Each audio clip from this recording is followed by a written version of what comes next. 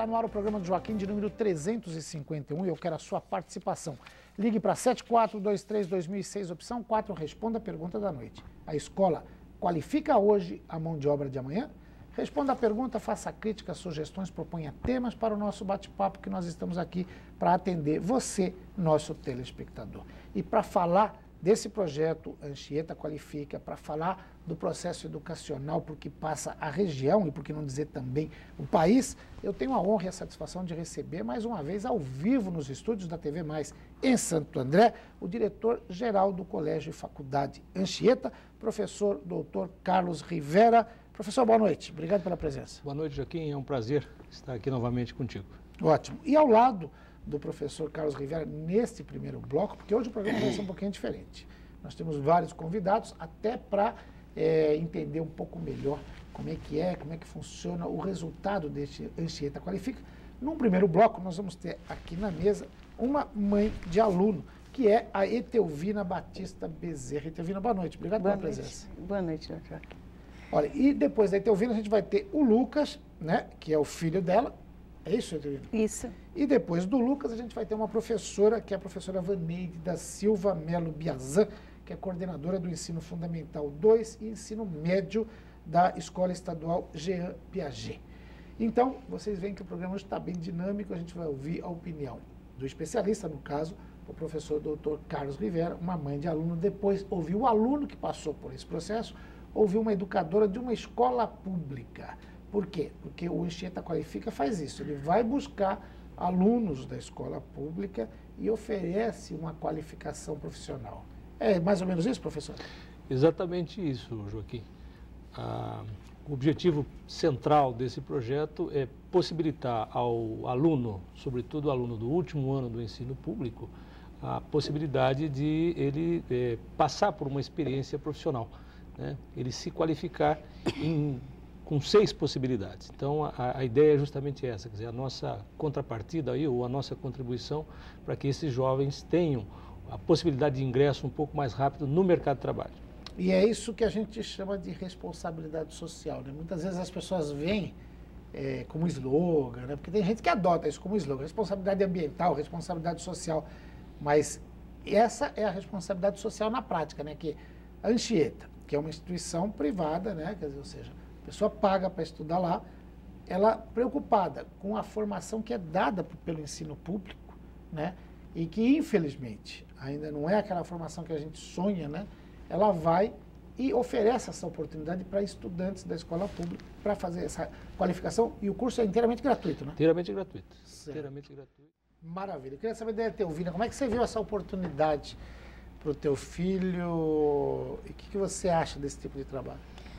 Na minha opinião, achar e localizar os cursos deles foi muito, eu não vou nem falar proveitoso hoje em dia, porque por meu filho estar no 3º ano do ensino médio, eu acho a escola pública um pouco fraca para a gente deixar ele seguir uma faculdade. Sim. E tendo esses cursos que a faculdade ofereceu, tanto para o meu filho como para vários, para a gente foi um presente a dona Cida ter localizado a gente e a gente ter localizado ela, e através dela divulgar esse curso.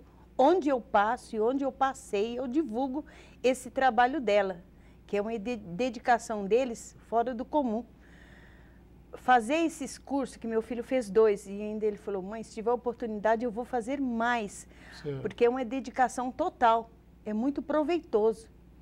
Ele mesmo acha assim, quanto eu, foi um presente para a gente.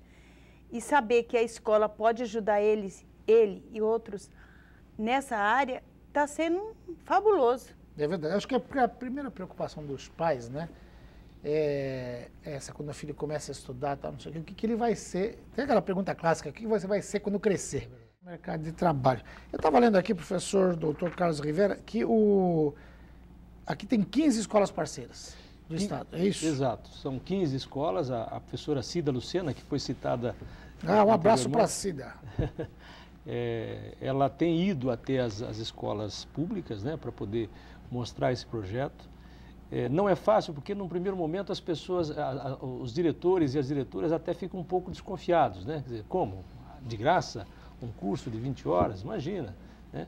Então, em função disso, ela tem tido aí muita cautela e hoje nós temos 15 parceiros, são 15 escolas que trabalham junto conosco nesse projeto Anchieta Qualifica. Legal, eu estou até com a relação aqui, olha.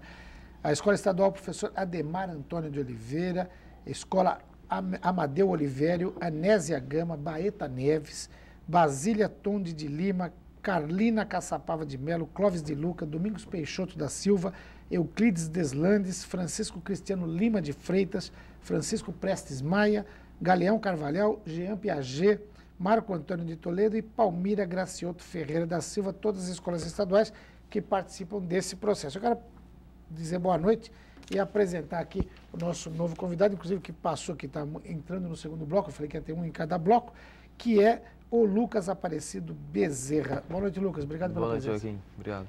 Que curso você fez lá, Lucas? Eu fiz de almoxarifado e recreação para eventos. E aí, aprendeu muita coisa nova? Aprendi, sim. Deu para ampliar meus conhecimentos. Você imaginava que... Porque quando você... Você está no terceiro ano, né? Sim. Vai terminar agora no final do ano. Em qual desses colégios que você está aqui? No Jean Piaget. No Jean Piaget, eu já falei logo no começo. Na hora que eu levei aqui, eu levei um susto, porque tem um outro Jean Piaget que é particular, mas esse aqui é o estadual. Esse é o estadual, É, legal.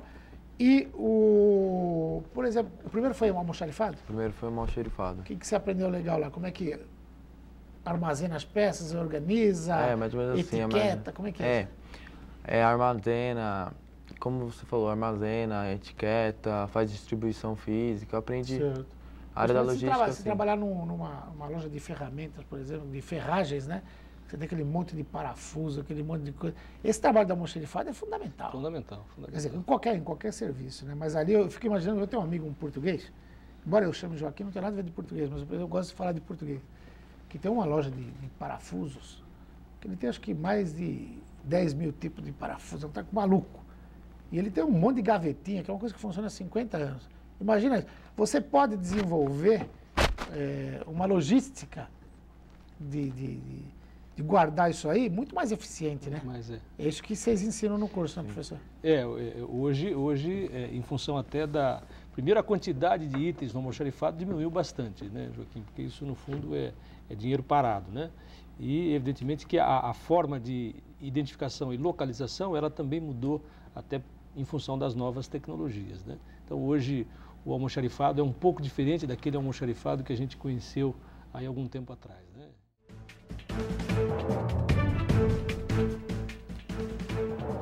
Muito bem, estamos de volta para o terceiro e último bloco do programa do Joaquim desta segunda-feira e hoje falando sobre educação na acepção da palavra, com qualificação profissional e destacando o projeto do Colégio Faculdade Anchieta, que é o Qualifica Anchieta, né?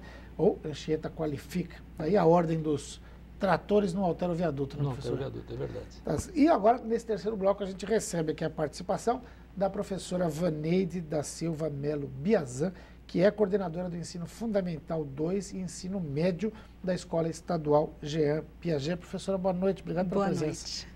A gente estava falando já, vou colocar a professora aqui na conversa, dessa questão de o aluno usar boné, e cada vez mais parece que as pessoas, parece que já nascem com boné na cabeça. Tá? É verdade. Ou tem algumas atitudes, a questão do celular. Como é que está essa relação? Como é que é isso lá na escola? É difícil. É difícil, porque você proibir, uma coisa que é proibida, o aluno... Aí quer fazer mesmo. Aí quer fazer mesmo, né? E aí, se você também deixa, também eu acho que não é legal, né? Porque se você vai para uma escola, eu acho que você deve aprender a se portar, já começando pela escola, né? O meu filho tem 6 anos, às vezes ele fala, ai mãe, hoje eu quero ir de boné. Não, hoje não vai de boné. Porque depois ele vai acostumar, né? E agora, essa juventude agora desacostumam com as coisas, né? É aquela calça, é o tênis, né? Então, quando vai se apresentar no mercado de trabalho, fazer uma entrevista, ele quer se portar da mesma maneira, né? E é legal o que o professor falou aqui, né? Que ele prepara o aluno, né? O jovem, para se portar diante de uma entrevista, que isso é importante. Né? Sem dúvida nenhuma. Para conseguir um emprego. É verdade, eu estava até vendo hoje, numa outra emissora, agora não lembro qual é, mas assim, falando exatamente dessa questão do mercado de trabalho, entrevistando profissionais de RH, entrevistando